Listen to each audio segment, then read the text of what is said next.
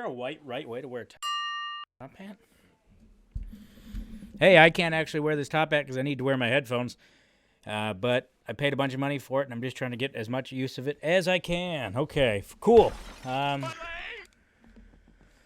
are we doing? This is the Devil's Advocate. This is episode 3. We're going to call it the Triple Threat because, I guess could have called it, should have called it a hat trick. I guess it's not going to be too late for editing, but for the sake of doing that in one take, it sure is. So this is going to be episode 3, hat trick. Yes, I did buy that top hat to play Scrooge in a comedy roast, but I paid way too much for it. It was like $60, and I just feel like I have to get more use out of it as best I can. It's a nice top hat, but is there a way to see or tell, like, is there a front of a top hat? I'm sure there is. Any top hat aficionados, please join in. Anyway, I'm out of breath. Too much theatrics in the start. God damn. So yeah, this is Devil's Advocate. It's a podcast where I argue with myself about things that I want to argue with. And a lot of times it's stuff that you guys bring up, which is fun. Trying to keep it fun, have a good time. So here are some sound clips from today's episode. Full-on bitch slapping it with all their might, every swing. Okay, cool. Yeah, so I also... The only thing is every single episode, the camera angle is going to change because I have no consistency with how I set up my little webcam, so deal with that if that's a problem. The shirt kind of is making me look a little bigger than I'd like. There's a crease here that makes it look like a big old man tit, but hey, that's fine. This is candor. This is real, baby. It's 9:30 at night, and I got all dolled up for you guys, so... And also, I went ahead and to increase the quality of edits, I did hire an editor. His name is Frank Gagliasterius. He's a super cool dude. He did actually all the UI, like the user interface, like design on Pacific Rim. Like the heads up stuff. He did a lot of that. So super great dude. I'm kind of lucky I got a hold of him. Again, really talented. Unfortunately, he's ludicrously expensive. Like, I'm not gonna say how much I paid, but let's just say it's not sustainable at all. I gave him what little I had after the divorce, and he said he'd give me like 3 to 4 minutes of his editing. So please do watch, enjoy it. Super nice edits should be, while they last. Which I don't know. I'm just gonna get the cut from him, and we'll go from there. But no joke, I did pay for an editor.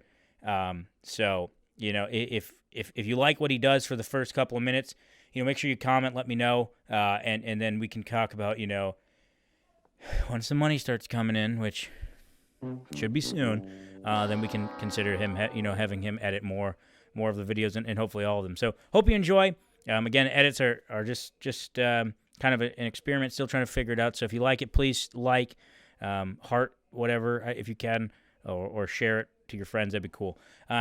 Last week's intro was damn near 10 minutes long, so I'm just going to try and get right into it. But before, I do have to talk about today's sponsor, which is Crisco Pure Vegetable Oil. Since 1884, we have been lubing up pans for the perfect, healthy home-cooked meals. We at Crisco really love asparagus. All right, thank you, Crisco. Thanks for that. And then also, get it out of the way, and for consistency, some upcoming stand-up dates. Okay. No, none. Okay, great. The first topic I want to talk about is it's divisive, and I try not to get too, political or... because I want it to be fun. I want to take things seriously, but it's meant to be entertaining, have a goof, and no one's having a goof if you leave feeling offended. So we're going to talk about boxers or briefs. Now, I think, we'll try and, I'm just going to do this in the way I'm just going to play pros and cons of both. I think the pros of boxers is obviously the freedom, right? People will say, oh, hell yeah. You like to let it hang, baby, which is definitely what you say if you don't got nothing hanging, right? Come on now. Get over yourself. So boxers, I think, are the comfort option, obviously. But the argument that briefs aren't comfortable because they're constraining and they're, compressing of the goods, if you will, I think is odd. I think you just have the wrong size briefs, because, like, I had a friend who's much larger than me in every dimension, and that's not meant to be sexual, but he left his briefs here, I think, and after washing them thoroughly, I need to clarify, I tried them on because I'm a boxer man myself, and I'll tell you what, it was fine. So I think if you think your briefs are too small, you might just be buying too small of briefs. And I think the issue is that your mom buys you briefs when she's growing up, and she doesn't want to admit that her kid's growing up and soon you'll be out of the house, so she keeps buying you child's briefs, but you have an adult or preteen body, and you need preteen-sized boxer briefs. So I think the argument of constriction really is more so, I think, just sizing problems. Maybe you just get bigger briefs, and then that problem kind of dissipates. I will say boxers usually have some fun patterns. You can get like Marvel boxers. You can get your superhero boxers. So those are really fun. But I don't think that you can very realistically say that, like, briefs. I've never seen cool briefs. They're always white, which is a bold color. There's gray, blue, black, like just shitty, dreary depression colors. Like, if you're depressed and you're going to walk out onto your balcony and jump off, you're going to be wearing briefs. And they're going to be darkish colors because that's what briefs are. And do you count whitey tighties as briefs? I don't know. And then also briefs, I think, sometimes briefs have like a leg elastic. And those are nice. And also the frequent argument for briefs is if you're going to do athletic things, if you're going to be running around. The idea is that they don't necessarily ride up, which I haven't really found because they're still a little bit elastic. So what happens is they're on your thigh comfortably, and then you do a big athletic jump like I did, and then it stretches them out because your thigh has not striated, but it has bulged because its muscles being exerted, which stretches the elastic. And then when you put it back down, it slides up just a little bit. Every big motion, it slides up a little bit. Fuck, I'm from Wisconsin so hard. Now I'm sad. Not really. Wisconsin's pretty cool. I like Wisconsin, but that's not what we're talking about. So I think your briefs are still going to slide up. They're not compression shorts, which I will say I hate compression. It's not one of the two options being discussed, but compression clothing is uncomfortable. I would rather chafe out of my... Okay, so here's something gross that no one wants to hear. But chafing isn't about sweating. It's about sweating and then drying off, and then you have stick, okay? And that's not fun. Nobody likes that. So if you just get sweaty and stay sweaty, then you don't really have a problem. So I was always a boxers guy in soccer. I played soccer, and you ran the whole time. You never had a problem. But now if I try to run, because I'm sucking at it, I'll run, get a little sweaty, then I'll have to stop and breathe after like a 3/4 of a mile because I'm horribly out of shape. And then all of a sudden I'm like, why am I chafing so bad? I have to call an Uber home, and I'm at the end of my driveway. So I think the idea that one is going to prevent chafing, I don't think there's a great argument for either. I think it's just a matter of how energetic or how sweaty you can maintain yourself, which sounds weird to maintain sweatiness, but I think that's the true answer to the chafing problem. So I think you go there. Let's see. What else do people say about boxers versus briefs? I don't know. I think maybe if you had just a giant knob, maybe you'd have to force it to fold in a direction. But, in that... Oh, fuck. I think I have a splinter on my thumb, and it kind of hurts. Send help. Oh, there it is. Fuck. I'm not going to cut this out, but... Damn it. Whatever, I'm going to ignore it. I'm going to try to. So, yeah, maybe there's an argument there. Maybe. I still don't think so. I think at this point, like, we've been making underwear for, like, all of time. I think that was literally the first garb. Like, caveman, Paleolithic, Neanderthals, knuckle dragon people of the mesoteric era, which... I'm just saying eras in Earth's history. I have no idea when the Homo sapien first arrived, but it's like first thing they did was learn how to grunt efficiently to hunt mammoths, and then they're like, oh, I don't want people to realize that my wiener is smaller than everyone else's wiener. I'm going to cover this with saber-toothed tiger hide. And the women were like, yo, I don't want other people to see my disproportionately large areolas compared to the other person. I'm going to find a pterodactyl. What the fuck just happened? Is my computer turning off? Is it still recording? What the fuck? Hey, don't do that, computer. Whatever. I will cut that because that's unprofessional. So, yeah, I think we got it figured out. I don't think there's like a... Because here's the deal. If that was the case, like let's say that, it's like the equivalent of like having a normal-sized penis, which is normal because that's what implies when you say normal. And all you do is buy Magnum condoms because you're trying to impress people. If one or the other was exclusively meant for larger reproductive organs, then everyone would wear those because you wouldn't want to be the guy who'd be like, no, I have a normal penis. Hey, I wear these. Because you're going to be called a loser, a square. So I don't think that's a great argument. So I'm going to discredit it there for that because if that was the case, everyone would wear it. And especially like, maybe not later on when you become an adult and realize it doesn't matter as much, but like in high school or, when you're trying to impress people, everyone. Calvin Klein would only sell whichever one implies the big weenie. So I don't think that's it. I don't know what else. I think I've talked about this long enough. Boxers or briefs?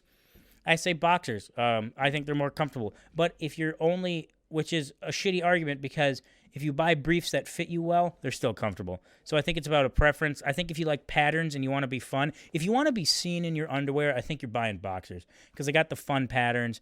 They're cool. They're almost like little swimsuits. But briefs are like, hey, this is a purpose. It's to cover myself. I'm an adult. You don't need to see it. We're gonna move on. So I think that's what briefs are for. Briefs are very practical. So I think they're also probably pretty cheaper. I don't think you can buy a single brief. I think they come in packs of like 10 minimum. Anyway, I've talked about this longer than anybody cares. Let's talk about the best meal of the day. Okay. This is a weird one because I'm not a breakfast person, so I can't really speak on it. So I think we should kind of break down. Now, one, I have no knowledge of like health or when I had a pizza today. That's all I had. And the only reason I had a pizza is because I was treating myself for having the discipline to not go to McDonald's. So that's my health advice. So put a little asterisk next to everything I say. I think I think the most obvious one would maybe be breakfast. That one's been branded as the most important meal of the day. But breakfast always felt weird to me because I feel like, not that I need to reward myself, but I feel guilty if I woke up and then I'm like, well, first thing I got to do is I have to eat. You're like, why don't you just eat late at night, which is, again, reference the prior disclosure, which maybe I'll put here. But if you just eat at night, you don't wake up. I guess I've never really woken up like just shit my pants hungry. Like, oh, God, I have to have toast right now. If someone makes me toast or it's there, yeah, I'm going to eat it. But I don't think you need it. So I always felt weird like treating myself for not dying in my sleep. Now, I will say I love breakfast food. Eggs, it's usually pretty sugary. I think it's kind of like, or protein-ish to kind of get you up and going right away. I love breakfast food, but not in the morning. Nothing sounds better than an omelet at like 10:15 at night. But at 9 in the morning, I don't really need to eat chicken babies. That was such a stupid fourth joke. God bless me. I don't know. Eggs are great. I'm a waffle guy over pancakes. So I think breakfast has some of the best food, and it's usually cheap, which is great, because you don't want to start your day with depression. You don't want to like, imagine if like your average breakfast was like an average steak dinner, right? So, where you could go realistically expecting to spend like $20 to $40. Like you would start your day just depressed as fuck. If you got your Denny's bill for you and your girlfriend that you don't really love anymore, and it was like $85, I think you'd just kill yourself in the parking lot. So best meal, price-wise, definitely breakfast. You can get cheap lunches, but sandwiches are kind of depressing. So let's get to lunch, which I think in the argument of it, I would first discredit lunch. I don't think lunch is all that necessary because you can tell people are willing to sacrifice its importance. They'll be like, oh, I'm just having a late breakfast, because then I can skip lunch, or I'm going to have an early dinner so I can formally skip lunch and maybe have a snack. So like people are looking for an excuse to skip lunch. So I think lunch holds a very low importance, but I get it in terms of like, I think lunch is important if you skip breakfast. I don't think the only meal you should have is late at night. Otherwise, you're going to go fucking nuts, and your coworkers are going to have to deal with you. So, and also now that intermittent fasting is a super, super popular like dietary trend, which, again, I think is fine if you have the discipline. I think that one is like you can't really skip lunch. Then it's like if that's your feeding window, if it's from noon to 8, you can't just not have lunch. Otherwise, I mean, you've altered your feeding window. But it's just like so there. It's important if you're not having breakfast. So I just think, I think lunch is important if you didn't have breakfast. But if you had breakfast, lunch can get fucking bent. And lunch food is boring. It doesn't know what it is. It's trying to be light because you don't want to eat like gravy and grits and then just be like just sulked all day. You're just sitting in your chair being miserably and bloated and stuff. That's another thing about breakfast. It's not very bloaty food. Like you could eat 5,000 eggs and be like, I could probably have one more, but like if you eat a steak and a baked potato, you feel like you're going to explode and die. Mainly the baked potato because it's starchy, I think. But is that what that means? Does starch equal filling? Who knows? If you know, comment below. So I think that's a big one. So yeah, lunch kind of just feels like it's there to fill a gap because, if you're just eating snacks all day, people will give you shit and they'll be like, "Whoa, hey, big boy, gotta eating all day." And if you have a lunch, then it's kind of something to satiate your appetite until dinner, and then you get to dinner. Dinner is great because it's the only meal you're allowed to drink in, like socially. So that gets dude, you can drink at dinner at work outings. Maybe not a lot, but still, like, if you went to breakfast after landing at the airport on a business trip and you got a mimosa, you're getting fired. For sure. But if you have a glass of wine at dinner, then people are like, hey, nice. So I think dinner gets you're allowed to drink in. And even if you don't drink, you have to appreciate the freedom. You have to be like, hey, it's cool that it's a socially acceptable option. So yeah, dinner is nice there. The food is usually the highest caliber, if you will. I think it's because it's like the end of a day. It's kind of meant to be a treat, I think. Like, hey, you've done it. In the way that I don't like breakfast because I feel like you didn't earn anything, dinner's the opposite. You're like, hey, I worked all day at my factory job or, squandering people's mutual fund investments, whatever. If you do that, that's great because, not the squandering mutual funds, but like dinner feels like a reward. You're like, I've done it. The day is over. After dinner, you usually just get pissed drunk and get into a fight, or you just go home and wind down and give up on your day. For the most part, I don't know. Maybe I have a jaded sense of what people do after dinner, but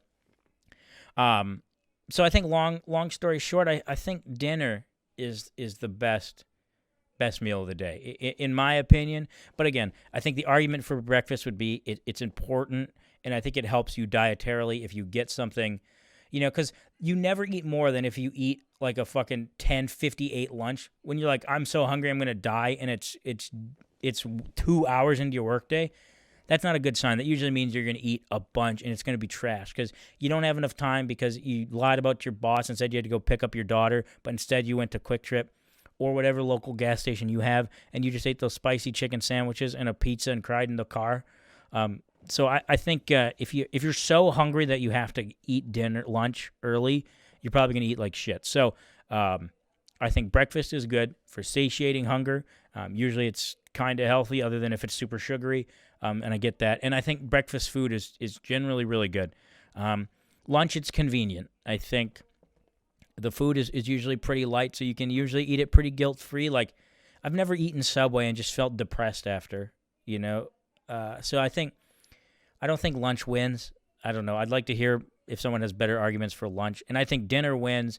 Like I said, it's acceptable to drink on. It's kind of a reward for the day. The quality is really good. I think the biggest downside, which I didn't say, is dinner, I kind of mentioned earlier, is usually kind of expensive. If you go out for a nice dinner, so that there's a little bit of barrier to entry perhaps in the cost of a dinner. But other than that, if you can afford it, if money means nothing, dinner wins, I think. So there we go. That's the we've done it. I think dinner is the best meal of the day. Next one. Is a hot dog on a bun a sandwich? Now, I think that's super specific because there is an argument that a hot dog just in a normal bun is considered a sandwich, because I'll put the definition of a sandwich. It'll start here and I'll end it here. Oh, that's going to suck, but I think it's just any meat. God damn it. My thing keeps going to sleep. I don't know why. Maybe I have to have like some stupid video in the background so it doesn't keep doing that. But whatever. I think technically a sandwich is any. I don't even know if it necessarily has to be meat, but let's just say meat for this sake. Meat between two pieces of bread, and so even a normal hot dog I think is a weird, horizontally biased sandwich. So is a hot dog on a bun a sandwich? I think it still is, and that might even be more. If your argument for it not being a sandwich is that a hot dog bun is not a sandwich bun, then maybe that helps subsidize that a little bit. But I don't think so. I think, but I also think a hot dog on a hot dog on like a sandwich bun, like a burger bun, would be fucking disgusting. It seems so, dude. That's a problem with like, you ever get like those awkwardly long hot dogs that are just like a little too long? Like. No, I'm not gonna say a penis joke, but it's like, and there's like 2 inches hanging on the end of the bun. That even feels wrong. You're like, what is this? It's like everyone likes bonus fries, but nobody wants bonus wiener. Maybe some people do, I guess, but I just think it feels very weird when the ingredient extends past the confines of its eating vegetable. Vestibule. Vestibule, I think, is actually right. Fuck, I don't know. So I think when that it looks visually very odd. I don't think you should do that. But yeah, I think you do. There's only one time I've ever had a hot dog on a bun, and it was called the Sloppy Lincoln Log Burger. It's trademarked, so don't steal this. But it's when you have a burger and then you cut the hot dog like horizontally, so it's like you can set it down like 2 flat half logs, and then you cut them again and you stack them like Lincoln logs, if you remember those as a wee lad. And then you put a big sloppy scoop of pasta on top, and then the obviously the crown of the bun, and that's called the Sloppy Lincoln Log Burger. That's fantastic. So I think the issue with hot dog on a bun, and I think it's the same thing with anything. I think technically, yes, there's not much of an argument. I think that's just the definition of a sandwich. But when something extends past the bun, it gets weird. Like, it becomes a sandwich as much it does just an abomination. It shouldn't exist. So technically, yes, hot dog on a bun is still a sandwich. But I think a hot dog and a hot dog bun also still a sandwich. Visually and aesthetically and taste-wise, it shouldn't happen. It's sad and no one likes to see it. So I hope that answers. Yeah. Should ping pong be in the Olympics? Now we're getting into some personal territory because I love ping pong. I think ping pong is super fun. Played a lot of tennis in high school, and I play ping pong like I play tennis. I have like full forehands. I have a 2-handed backhand, which again is trademarked. And ping pong is super fun. Now, I guess you have to really get into the metrics of what is allowed in the Olympics. Is it anything? Because, okay, if you're playing ping pong with your horrible arthritis-ridden grandpa who used to be good at ping pong in the Navy, when they were floating around the Pacific waiting for a war that may or may not happen, that kind of ping pong where you're both standing, maybe you could argue isn't. But you're not seeing high-level ping pong. There's some fucking ludicrously good ping pong players, like people who are full-on bitch slapping it with all their might every swing. Like they're diving and they're putting slice, and there's strategy. So I think at the highest echelon, yes, ping pong definitely deserves to be in the Olympics. But it's at the lowest level, I can understand why someone would be like, this is for losers. But you could take that argument against badminton. Like, watch badminton players at any dude, if there was badminton at a bachelor party, people are going to the hospital. But that'd be cool as shit. I kind of squandered that one.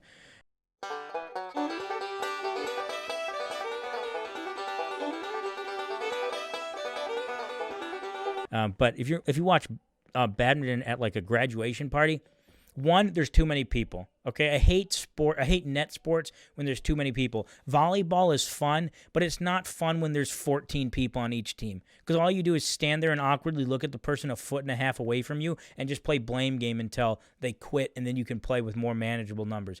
So that's why it's not fun at resorts. That's not why it's not fun on 4th of July, because everyone wants to be included. But no, fuck you. You don't get to be included. Have 2 separate matches, and you can take shifts. I don't think there should be more than 7, maybe tops. I don't know how many are in actual volleyball, but we got to stop. We got to cut it up. We got to cut it down because there's too many people playing volleyball and or badminton. And badminton's worse because you have a weapon. The worst thing that happens is you dive into your best friend's shin, and then you get a bloody nose. In badminton, you get like pseudo chopped in the forehead with an aluminum racket. So, but what I'm trying to say is badminton at its lowest level looks like absolute dog shit. Watch it at a graduation party. It looks so boring. Everyone sucks. It's no fun. Okay? But in the Olympics, it's like 2 people hitting it like they're... Anyway, should ping pong be in the Olympics? Yes, because at its highest level, it's super good. It's very athletic. And I would say it's just as athletic as any other weird technical like archery or, or curling, so it takes just as much physical exertion, if not more. And so for that reason, I think you got to let it have a pass. If you cull ping pong, I don't think ping pong is the first to go. I think ping pong might be like the 80th sport to go. I don't know how many events are in the Olympics, but anyway. Okay, last topic. Would humans going to Mars actually be cool? All right, let's talk about it in a few different ways. Technically, yes. I think technologically, there's not much of an argument saying like going to Mars would be a fantastically cool technological feat, and it would be great to say, hey, we're interplanetary, as a species. Even colonizing the moon would be kind of cool. I don't want to go, but someone might, and I want them to have that option. So going to Mars would be cool as shit technologically. I don't think there's any argument there. But I think it kind of gets into the point where are all discoveries cool? The weird thing is like when you look at discovering the bottom of the ocean, like let's say everyone could get to the bottom of Marianas Trench because we have no idea what's down there, right? But we kind of know what's on Mars. Do we know what the actual dirt is made of? Still, yes, because we brought some back. So it's just like Mars is kind of a giant red Nevada without gambling or prostitution, okay? There's still probably going to be a lot of death and sadness, but it's just a big barren desert area, okay? It's kind of boring. I think once you got to Mars, and once like the initial research was done and like you were self-sustaining and your whole life was to just sit there and watch the crops grow because then you can eat the crops and not die, and when you're not dead, you get to plant more crops and watch those crops grow, like that sounds kind of fucking boring. I don't think it would inherently be that great to go to Mars.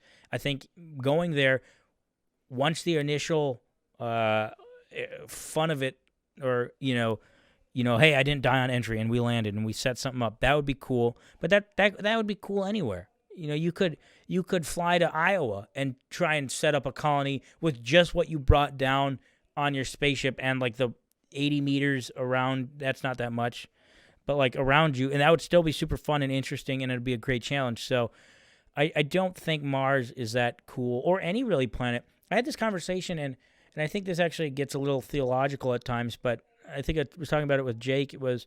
It's so weird that there's no gradual, and it's probably not weird, there's probably a perfect explanation, but like there's no gradual scale of goodness. It's like sun, giant ball of death. Venus and Mercury, arid wastelands, completely unlivable, 1,000,000 degrees, not actually, but super hot.